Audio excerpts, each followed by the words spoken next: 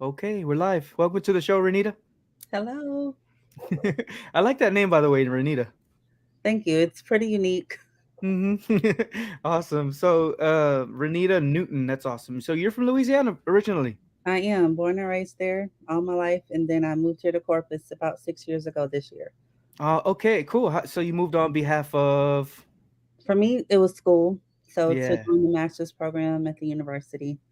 Oh, okay. So, did like the school being like on an island attract you to over here, or I mean, why Corpus? Well, the story to that is sort of long. Short end of it is that I had a friend who also was moving to Corpus at the time to teach here at Veterans. Hmm. Well, Moody at first, and then she ended up teaching at Veterans. And I was at the same time as she was looking for jobs, looking for graduate programs.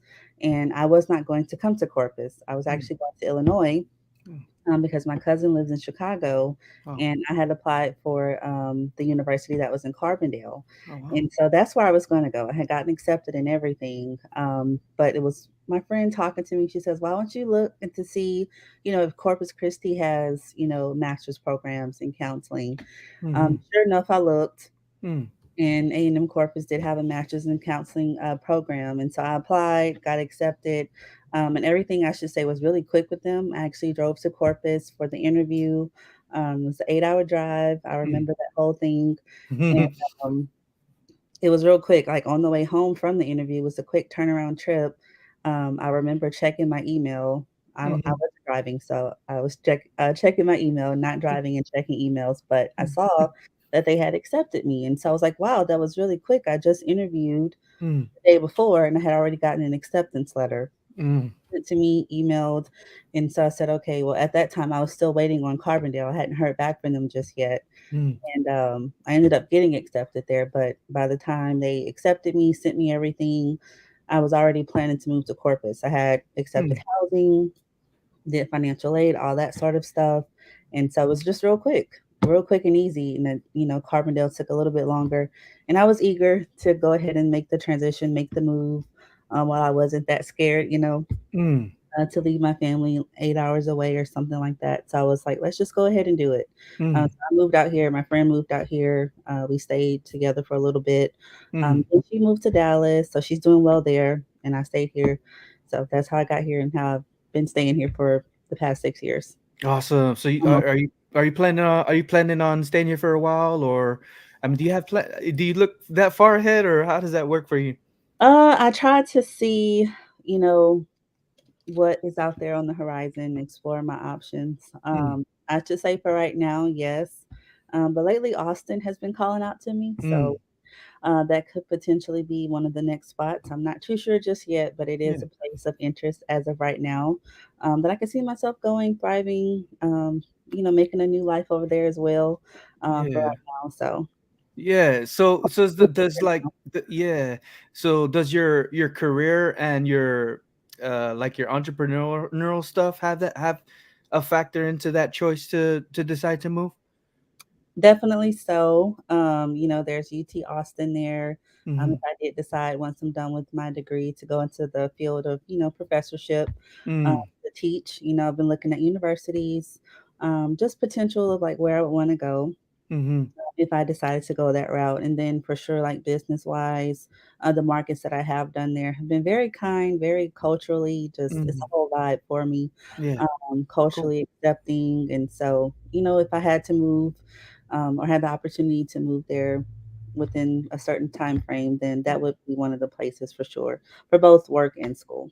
Nice. That's If I was awesome. in business. So how much of a culture shock was it for you coming over here from where you're from? Where you're originally from, Hammond, Yeah. So Louisiana? yeah, it was very much different. Uh, Mhm. Not so much different in the sense of like people, but food wise, just it being a bigger city. Like my city is about Mm. 21,000 Mhm. give or take, and to have 300,000 plus people, Mhm. um, taking a freeway everywhere. I was like, SPID, what is that? Uh, I tell people, I'm like, we only have like, two-way roads, we have red lights everywhere. Mhm. You take your interstate I-10 or whatever, but to constantly use like Mm. something like SPID to get to just one side of town to the other. That's not really common uh, where I'm from. And then just food and like Mm. HEB. I love that store. Wow, cool. Like we need one back home because I fell in love with HEB when I moved here. Why do So you it's like HEB? like that I think just because it's different. Mm. Um, it's a bit better than Walmart. Mm. We have like Albertsons and like Rouse's, Mm. those types of grocery markets, but I don't know, like you just have like a whole like little shopping store inside of the HEB. It's like Mm. everything in there, Cool. um, to me. So yeah, pretty different in terms of like a supermarket or a grocery store. Yeah, awesome. I was listening to your interview with Brittany Mute on Leading Ladies. Guys, go check that out if you haven't checked it out. And y'all talking about your palate, your taste palette, Yeah. how different it is from Louisiana as opposed to here. And you mentioned there's a major difference there. And I wanted to mention, like, I worked for some people from New Orleans before, Uh-huh. and I love no people from New Orleans because, like, they're like you're kind of like, yeah, Texas, y'all got y'all's thing. That's all. It's cool. But we Right. got our own over here too. You know what I mean? I love it about Louisiana. Do you feel yourself going back there or? I Um, like to go back and visit for yeah. sure. I don't know. I believe, whatever God's plan is, like Mm, I say Austin, right? But it could be going back home. I'm not too sure. I'm just like whatever God's plan is, that's the way that I want to go. So if he does have me to go back home, then I mm, can't argue with that. yeah. But my plan is to just kind of visit and then continue, moving around to see where I plant myself. But if I had a choice, it would just be to visit, not Yeah. necessarily to go back and live there. But you never know. Awesome. Yeah. So you mentioned God. So I would imagine that has effect on your lifestyle now, right? Hmm. Hmm. So how much of it has it always been that way for you, or did something happen to, you know what I mean? What's that story? Oh, how did I, develop my, I guess, love or my faith? That Yeah, yeah. um, if I can recall, I might have been 11 or 12 when I got baptized. Mm, Um, Oak Grove Memorial Church of Christ Holiness USA, back in Hammond, Louisiana. mm, Pastor John W. Burr Sr. mm, Has been my pastor all my life growing up. He was my mom's pastor, my grandma's pastor.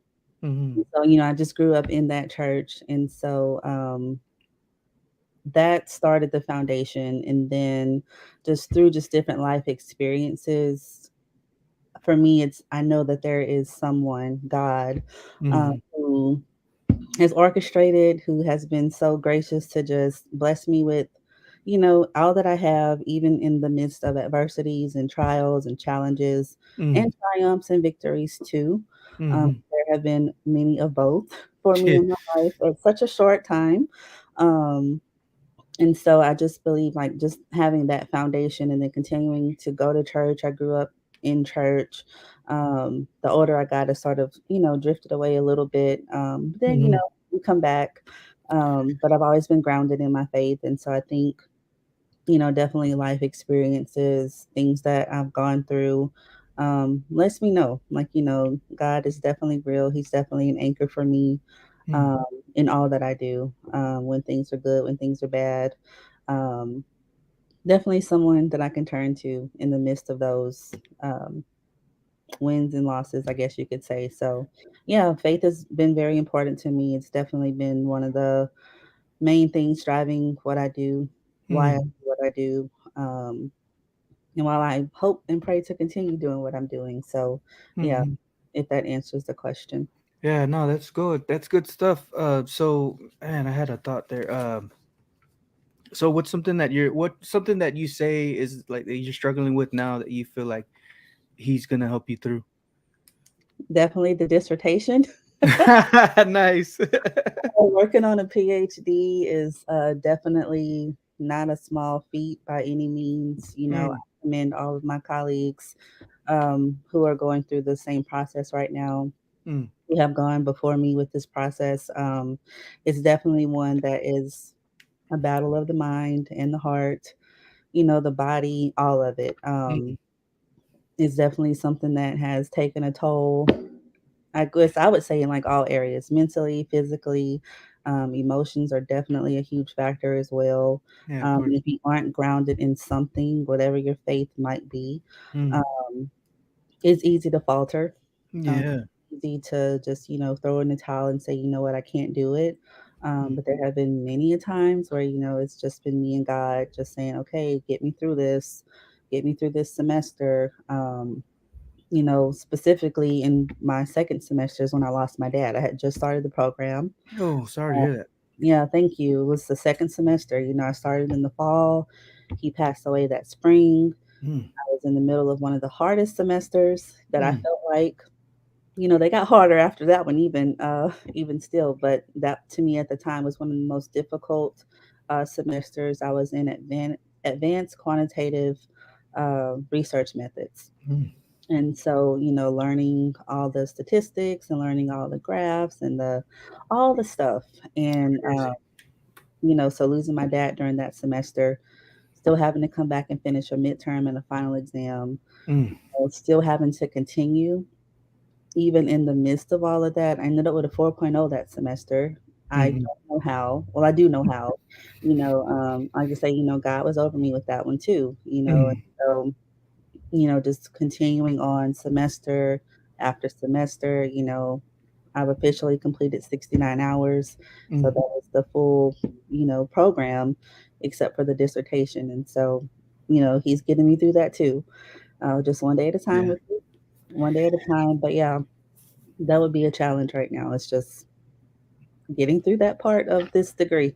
Man, that's awesome. It's like you stayed the path, you stayed the course even through at that adversity. Hmm. And that says a lot about your character, definitely. Thank Man, you. that's amazing. Wow. So you're working on your dissertation. So you have that dissertation in, was it counselor education? Yes, counselor education. Oh my gosh. How long does it have to be, a certain length long, like your dissertation, or how do they grade you on that? It varies. Right now, my chapter one is about 18, 19 pages. Mm, I'm in the middle of chapter two. Chapter crazy. three is currently about like nine.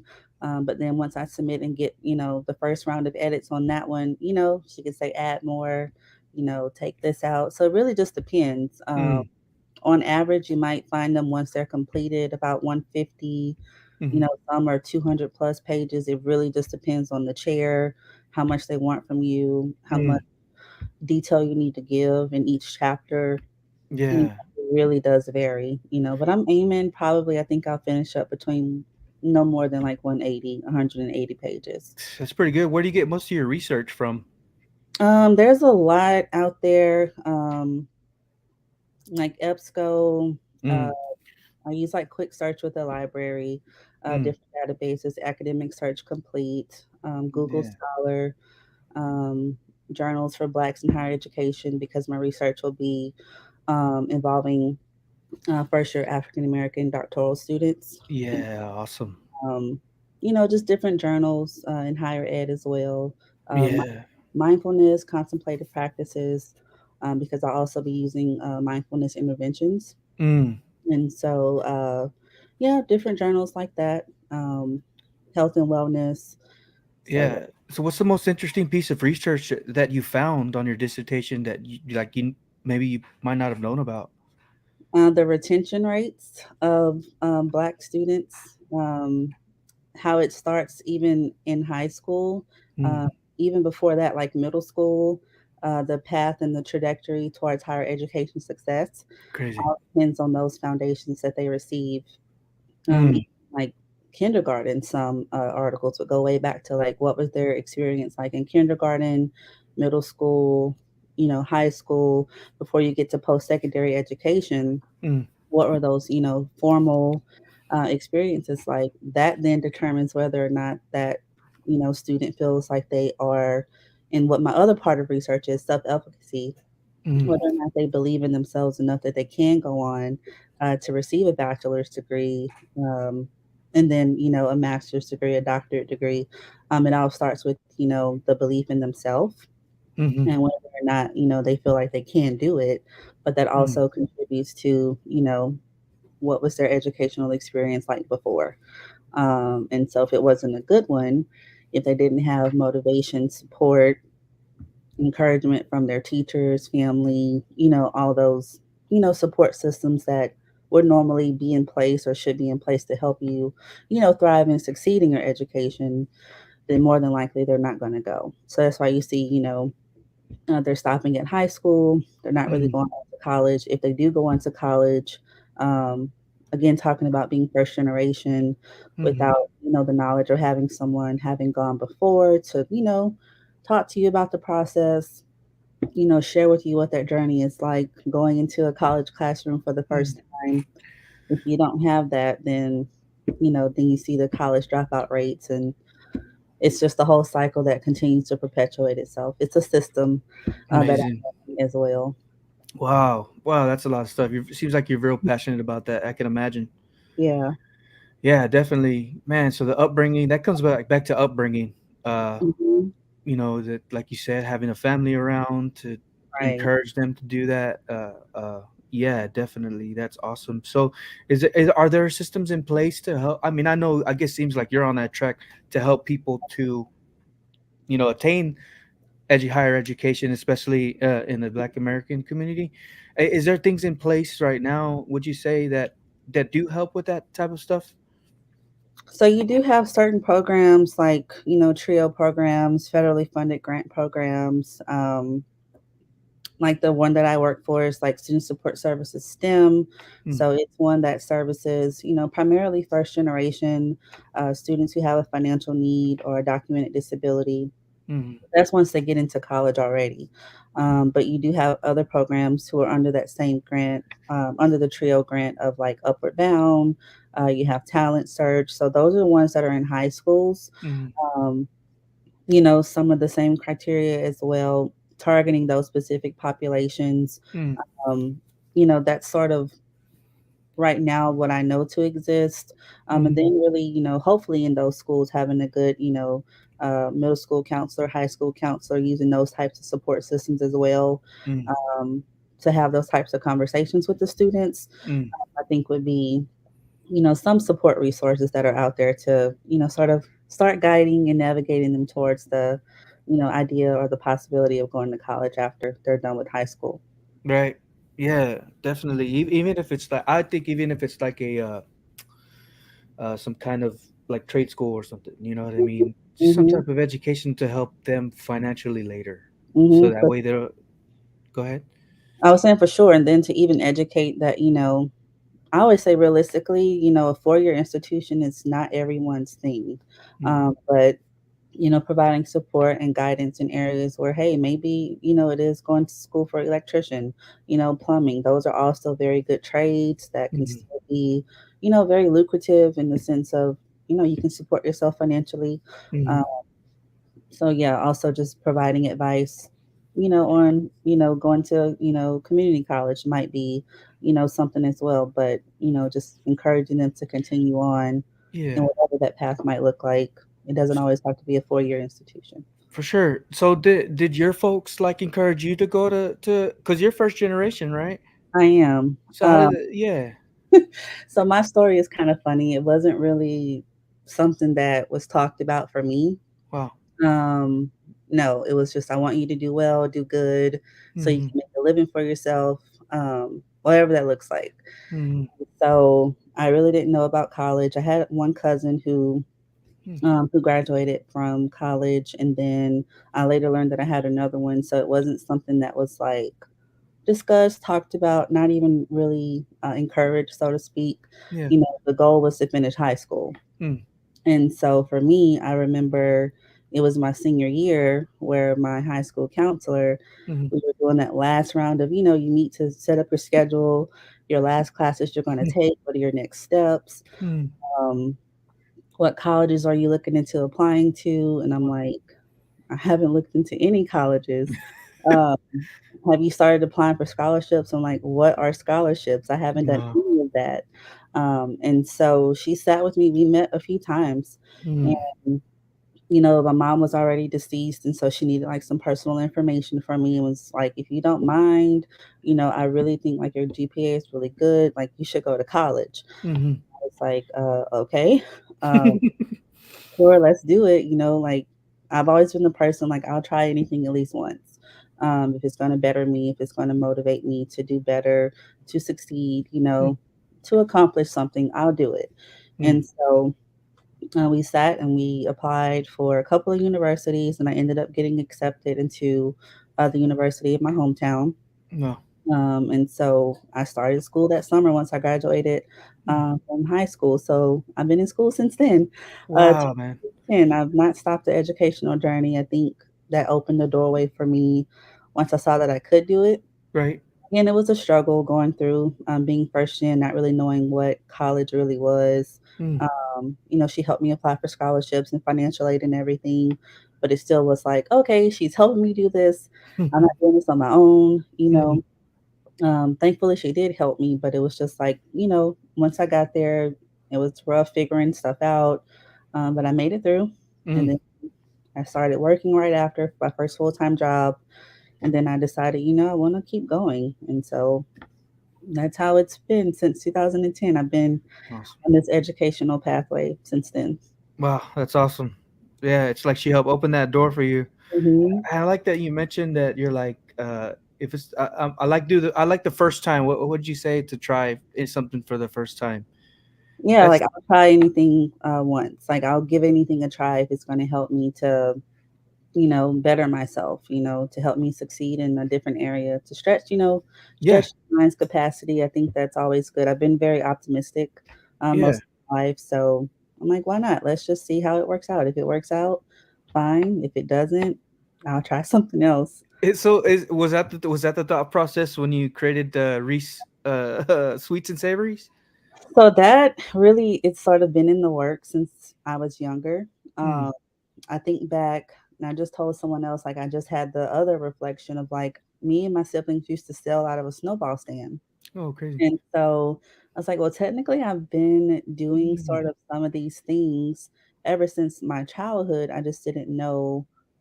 I didn't know what I was doing, I guess, to get to this point. So all of those foundational building customer service and Mhm. serving people. And then again, how I had mentioned before in my previous interview, like serving stuff at church and just doing stuff like that. All of those like foundational pieces Mhm. that was just sort of adding on to like what I love and enjoy doing with Reese. Yeah. And so I think it's just been in the works. I just didn't know when it was going to birth and come out and say, hey, this is what we're doing. Uh, Yeah. so I woke up one early morning, put everything together on a menu, talked to some friends, and I was like, "Hey, I think I'm going to go for it." Mhm. It's like, "Yeah, you should.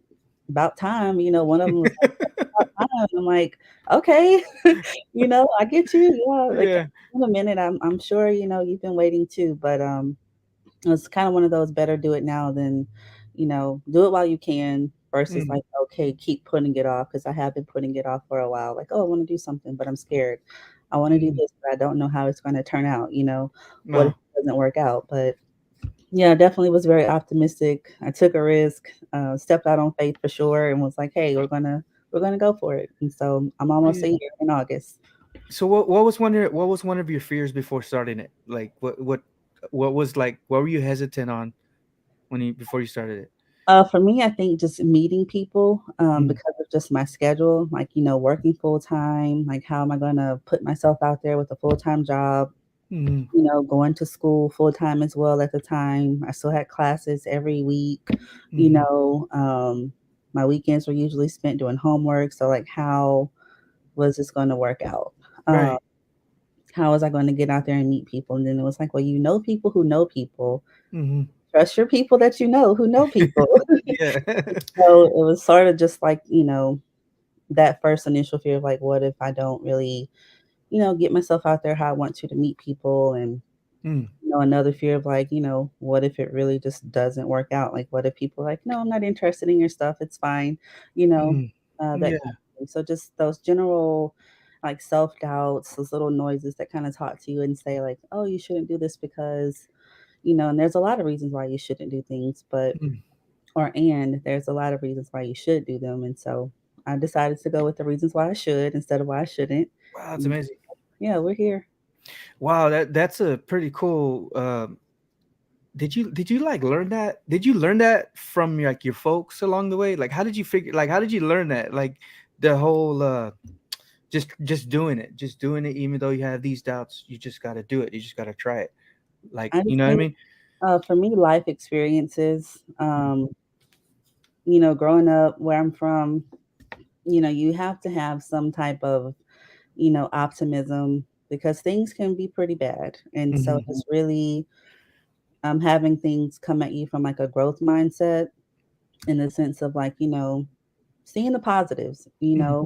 seeing the things that are good, even in the things that are bad, if that makes sense. So while Okay. certain situations may not necessarily or ideally be, all that good or, comfortable or those sorts of things, still looking within them and saying, hey, there's still at least one inkling of hope. There's like Mhm. one good thing that can happen out of this, even though in the midst of it at the moment, it may not feel like it or look like it, there's still, hope on the other side. So Yeah. again, I think just my personality is just optimistic by nature.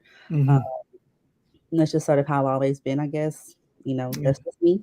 Yeah. That's Just really awesome. always looking for the good in something, Yeah.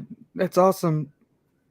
Excuse me. It seems like you care about the product, right? for You care sure. about people liking the product, Yes. and then you just care about how you present yourself to people. You know what I mean?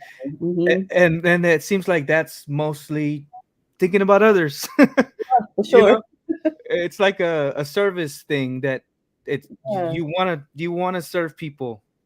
definitely. Yeah. So uh, being that like serving people is like one of the things that we like to do. Do you find it difficult whenever somebody is difficult? You know what I mean? Do you encounter that stuff? How do you deal with that? So honestly, I haven't had many of those experiences just yet. If I could think, there's probably just one Mm, where I was doing like I think my one of my first few pop-ups. It was still very early on, like later last year. Um and someone comes up and like, you need to have samples on your table. mm. And I was like, oh, I'm so sorry. I did have samples earlier. I went out, I'm, gauging like how much do you put out. I'm still learning, right? Yeah, yeah. And I said, I'm so sorry. I did have samples out earlier. I hate that you kind of arrived late, you missed out, and just sort of some humor. It's like, oh man, you missed out. Mm. Well, yeah, you definitely need to have samples on your table because if I was able to sample it, then maybe I would have bought something. And I was like, oh, Oh, I'm come on. so sorry that you weren't able to sample anything today. Mm, Hopefully, the next time I see you, you'll be able to sample something at the next event, and so just really, I think approaching it with humor and kindness was just like, sorry I didn't have samples for you at the time. yeah, And I hope that the next time you see me, you're able to try something. So, you know, yeah. I think just being kind either way. Um, you have good customers and you have some who are, a little challenging, to say Hmm. the least. I still think just being kind, still, offering that, quality customer service, even if they can be a little difficult. Mm. Um, Smiling the whole time, just being nice, I think is one way to counteract that. It's awesome. So, when are you coming out with the cookbook? That one is it's funny. My birthday 2 years ago now. One of my really good friends from a master's program, she's like, "Hey, you're gonna need something one day to write down all these recipes, right?" Mm, And I was like, "Yeah, you're right. I don't have anything." She's like, "Well, what are you putting them in?" I'm like, "Honestly, it's just stuff that I remember making growing up. I've learned some new things. I just really keep everything in the notes section of my phone." So I'm like, I propped my phone up. I'm like, okay, what was that ingredient? What did I need? mm, And so she's like, you need to write that down somewhere. So she actually got me like this recipe cookbook mm, template, like book type thing. mm, And so I told myself once I'm done with school, mm, that is definitely a project that I would like to start working on. mm, Quite funny. I've already played around with some templates. Um, in like design base. I think like in Canva is what I was using, just to kind of play around and see like what are some templates I could mess with just to see. But that is definitely a goal. So you yeah. speaking of it right now, I'm like, okay, that's another sign. I need to go ahead and not hold off on that either. So Yeah, I like to put a book. it's like as entrepreneurs, you're never short of ideas. There's True. always ideas, and yeah, for sure. Yeah, and I like. I'm not a big fan of like the spicy stuff, and you guys from New Orleans love that stuff. Oh, I love spicy. Yeah, Yeah. everything So, is spicy. so what kind of spicy stuff do you like from Texas? I know it doesn't go with your palate. Like sometimes you're like, okay, I can do this. What kind of spicy stuff do you like from over here? The one thing that I have found, and I'm trying to think, I don't actually know the name of the dish to be honest, but it has like peppers, it has like different I don't know, I can't pronounce the name of the dish, it's blanking on me, but Mm, they're like the big green peppers, they grill them, and then usually they'll put like different like meats and cheeses, and they'll have like the sauce on the top. But I love like the red hot salsa. I'll mm. put that on there, and so Oh, I'll crazy. put that one with the rice, the Spanish rice, so that's really good. Mm, Then mini tacos, of course. I mm. like those. I like to put a lot of the red and green salsa on there too. Oh, crazy. It could be really spicy, Yeah. but yeah, that's probably my favorite. I can have tacos every day. Yeah, And let me add some spice just so I can yeah, have a I'll add little some bit of home. to it. Yeah. Yeah. It's awesome. It's awesome. So you're actually licensed professional counselor? Counselor associate. So I'm currently pursuing hours Mm. to become fully licensed. Oh, okay. So are you currently like is that your career? Like is that what you're working in now? Like is that how you make money, I guess you can say? Not necessarily by degree, yes.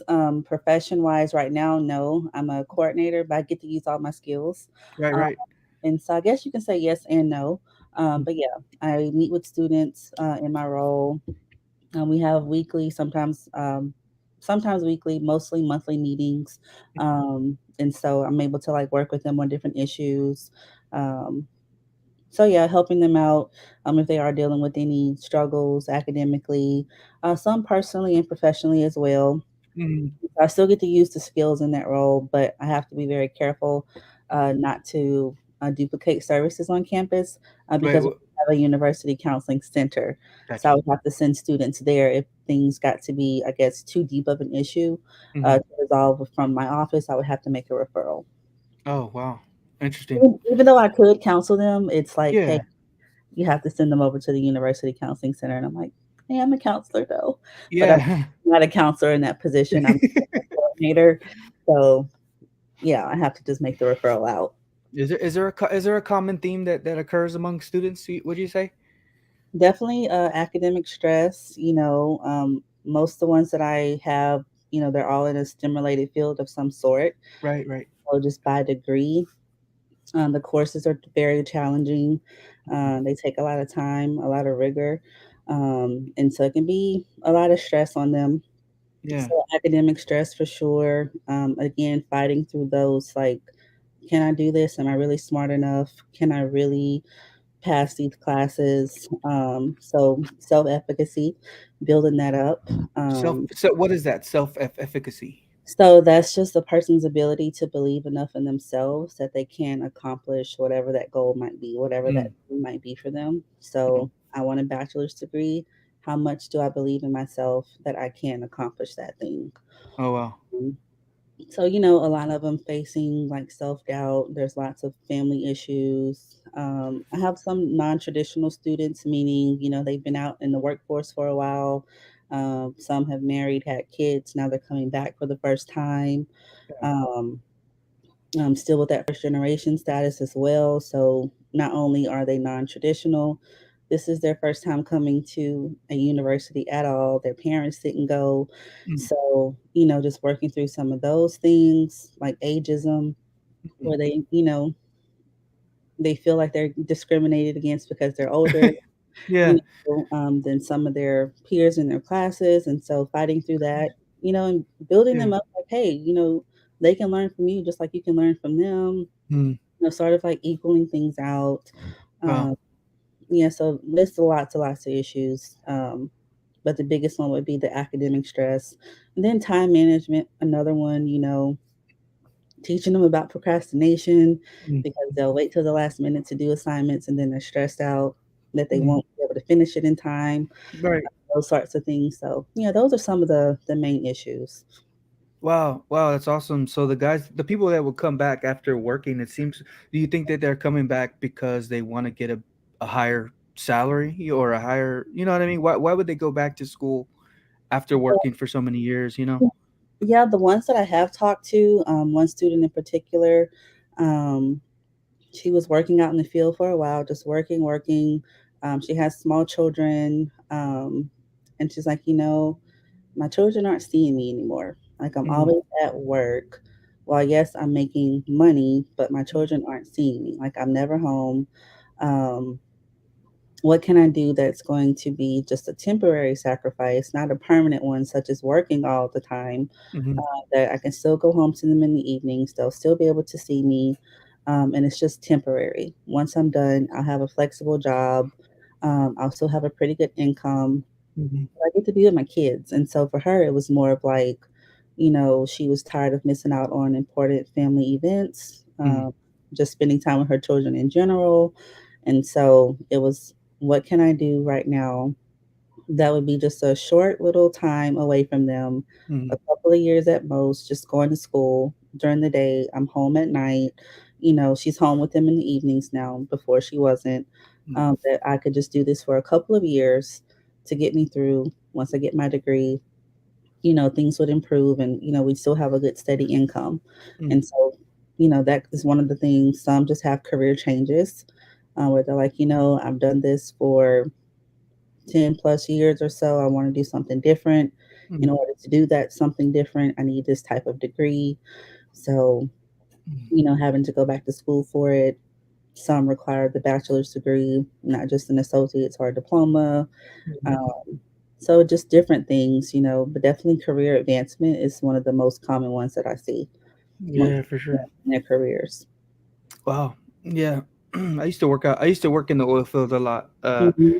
And I would be away from my family like 3 weeks at a time. And Yeah, oh my gosh, I hated it yeah. because and my daughter was a baby, like 2 or 3 years old. Mhm. So I even thought about going back, for something for STEM. Matter of fact, I think it was engineering, and then like computer science or something. Uh-huh, uh-huh. And we have a So lot of students in our program who are, engineering, computer science. mhm, So yeah, they're there working hard, and so just being there to support them through that is mm. really what I get to do right now. Yeah, it seems like the sciences would help. Hmm. Yeah, instead of like different areas of study, I guess you could say. Yeah, for sure. That's cool. So how do you not like take this stuff home with you? Like, cause I imagine you deal with a lot. I mean, you not deal with a lot. You help a lot of people, and how do you Hmm. not take it all home? You know? Yeah, that's a really common question, that even in counseling I would get asked before. Uh, Hmm. you do, I do. Like you hear a lot. Like I said, it's not just working with, oh, I'm stressed out about a test. There's some serious stuff that sometimes comes up. Hmm. Um, and for me, I'm a huge empath as well. So sometimes a student will walk in and I can immediately say, okay, let's talk. Like, what's going on? I sense it, I feel it, what's going on. And then I'm like, yep, I knew it, it was heavy. And so for me, I can't assure that I never take stuff home, but I practice what's called like dropping it off on the highway. Hmm. So, I'll just go for a drive. And once I get to a certain point, it's like, okay, on the turnaround, whatever you were thinking about on your way over here, don't think about it on your way back because you need to leave it over here. Hmm. And so it's just more of like a mental dumping of like, okay, I released everything that I heard today. Hmm. No longer, my responsibility to carry it with me. If it does come back up, engage in some self care, whether it's journaling about it, talking to friends about it, talking to my peers about it. Like, hey, y'all, I really had this really tough situation. This is what we talked about. It was really rough, and just kind of processing those feelings. So sharing it, but just really not holding on to that because that can be a bit unhealthy, mentally, not a good thing to do. Right. So just practicing the exercise of like releasing it, letting it go. And then if they come back with a different issue or the same issue the next day or at another point in time, still just practicing that same thing of like, all right, well, we're going to deal with it now. Once I leave work, take my Mm. drive, I'll ride down Ocean or something, Mm. at the waves at, one of the parks or whatever. Yeah. And once I feel like, okay, I'm good to go home, I leave it there and then I don't pick it back up. Wow, awesome. Some stuff is a little bit easier to let go than, other things because there, like I said, there's some serious things. And so the other ones that are a bit more heavy, you process those and you seek help and support from your peers. That's what I would do. Well, that's awesome. That's good stuff. It seems like I need to do that when I drive home from work It every really day. does help. I mean, it really does, like a quiet drive, Mhm.